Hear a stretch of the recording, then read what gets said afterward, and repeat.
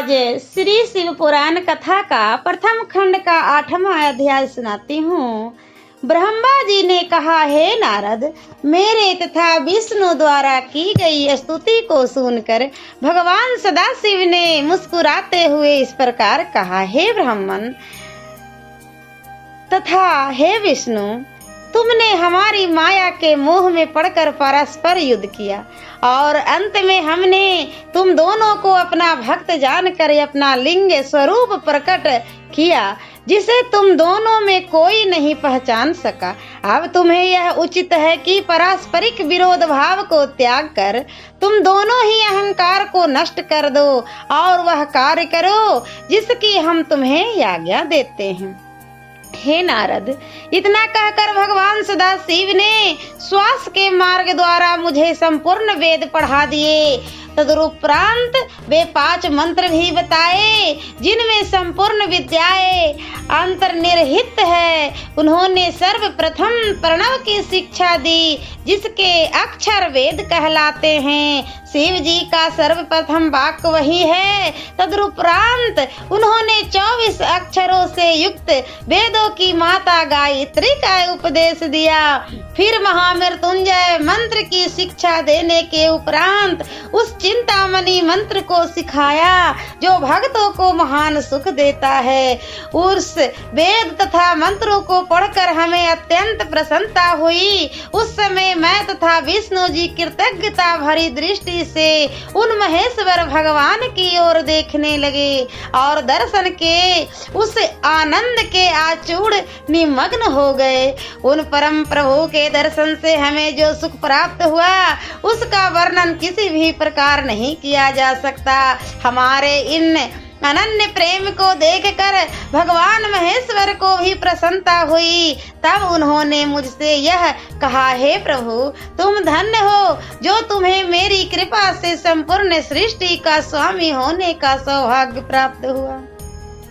अब तुम मेरी आज्ञा स्वीकार कर सृष्टि करो। मुझसे यह कह कर फिर वे विष्णु की ओर देखते हुए बोले, हे विष्णु, तुम सृष्टि का पालन करने के अधिकारी हो। तुम हमें वेद का स्वरूप जानो और जो वेद में जो कुछ लिखा है उसे हमारी आज्ञा मानकर स्वीकार करो। हे नारद, भगवान त्रिशूल पाने की आज्ञा सुनकर हम दोनों ने उनसे प्रार्थना करते हुए कहा, हे प्रभु, हमें आपकी आज्ञा स्वीकार है, परंतु हम यह चाहते हैं कि आप स्वयं भी कोई अवतार ग्रहण कर हमारी सहायता करते रहें। तीनों लोकों का पालन करने के पश्चात अंत अर्थात प्रलय का अधिकार आप अपने पास रखें। हमारा यही मनोरथ है। इतना कह कर हम दोनों मौन हो गए। तदुपरांत उनकी मौन स्वीकृति पाकर हमने यह बात कही, हे प्रभु, अब आप सर्वप्रथम हमें यह बताइए कि हम किस रीति के अनुसार आपका पूजन करें। यह सुनकर भगवान भूत भावन ने उत्तर दिया, हे ब्रह्मा तथा विष्णु, हमें संसार में तुमसे अधिक प्रिय अन्य कोई न होगा। अब तुम दोनों संपूर्ण चिंता तथा शोक को त्याग कर सुखपूर्वक अपना कार्य करो तथा उस कार्य द्वारा अन्य लोगों को भी सुख पहुंचाओ। हमने तुम्हें कुछ देर पूर्व जो अपना लिंग स्वरूप दिखाया था उनका पूजन करना सर्वथा योग्य है। उसी पूजन से सुख की प्राप्ति होगी। उस लिंग की उत्पत्ति का भेद यह है कि संपूर्ण संसार जिस क्षेत्र में लीन हुआ है उसी को लिंग कहते हैं। अस्तु, ऐसे लिंग के पूजन से इस लोक तथा परलोक में सुख प्राप्त होगा। लिंग के पूजन की महिमा अनंत है। तुमने जो हमें अवतार ग्रहण करने की प्रार्थना की है उसके संबंध में यह जान लो कि समय आने पर हम स्वयं ही प्रकट होकर आवेंगे। हमारे उस अवतार का नाम रुद्र होगा। हम चारों अर्थात ब्रह्मा विष्णु शिव और शक्ति एक ही स्वरूप हैं। जो व्यक्ति हम में किसी भी प्रकार का भेद समझेगा उसे बहुत दुख उठाना पड़ेगा। इतना कहकर भगवान सदाशिव ने एक बड़े गुप्त भेद को प्रकट करते हुए मुझसे कहा, यह भेद वेद में भी अधिक गुप्त है। अर्थात हम सगुण रूप में शिव और शक्ति दो नामों से प्रकट होते हैं तथा तीनों गुणों द्वारा ब्रह्मा विष्णु एवं शिव नामक देवताओं के रूप में अलग अलग प्रकट होते हैं।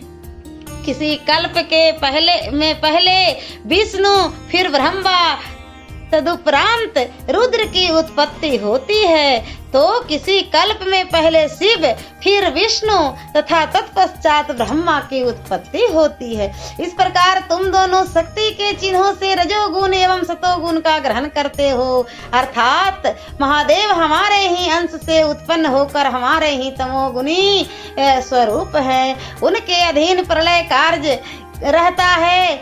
अस्तु जिस प्रकार हम तमोगुणी रुद्र के स्वरूप धारण कर प्रकट होंगे वह सब हमने तुम्हें बता दिया। तुम दोनों श्याम एवं लाल वर्ण का स्वरूप धारण किए हो, अतः हम श्वेत रूप धारण करेंगे। तुम दोनों पर तमोगुण का प्रभाव न होगा, परंतु हमें रौद्र स्वरूप की यह स्थिति होगी कि वह तमोगुण से संयुक्त होने पर भी दिन रात पवित्र योग के निमग्न रहेगा।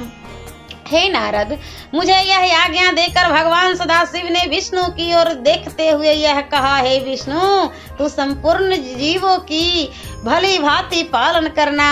हमारे दाहिने ओर से ब्रह्मा, बाएं ओर से विष्णु तथा हृदय से रुद्र की उत्पत्ति होगी। हमारी शक्ति जो उमा है वह भी दो अंशों में प्रकट होगी, जिससे तुम अलग अलग नहीं समझे जाओगे। पहले अंश से वे लक्ष्मी स्वरूपा होकर तुम्हें प्राप्त होगी और दूसरे अंश से सरा होकर ब्रह्मा को प्राप्त होगी। उनके उमा स्वरूप को हर स्वीकार करेंगे, उस समय संसार में उनका नाम सती प्रसिद्ध होगा।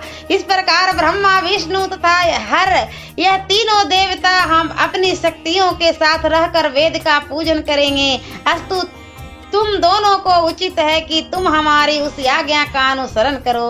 ब्रह्मा का एक दिन सहस्र चतुर्युगी का होगा, उसी प्रकार 100 वर्ष की आयु ब्रह्मा की होगी। ब्रह्मा की संपूर्ण आयु का समय विष्णु के आधे दिन के बराबर होगा। विष्णु की संपूर्ण आयु का समय हर का एक दिन होगा।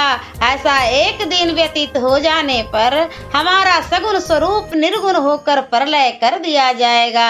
इतना कहकर भगवान सदाशिव ने हम दोनों के मस्तक पर अपने दोनों हाथ रखे। इस प्रकार उपदेश तथा शिक्षा देकर जब भगवान शिव अंतर ध्यान हो गए, तब हम दोनों शोक के व्याकुल हो हाथ जोड़कर शिव शिव कहते हुए जिस ओर वे गुप्त हुए थे उसी ओर मुंह किए बारंबार दंडवत करते रहे। हर हर महादेव। और मैं अगले वीडियो में प्रथम खंड का 9वां अध्याय सुनाऊंगी।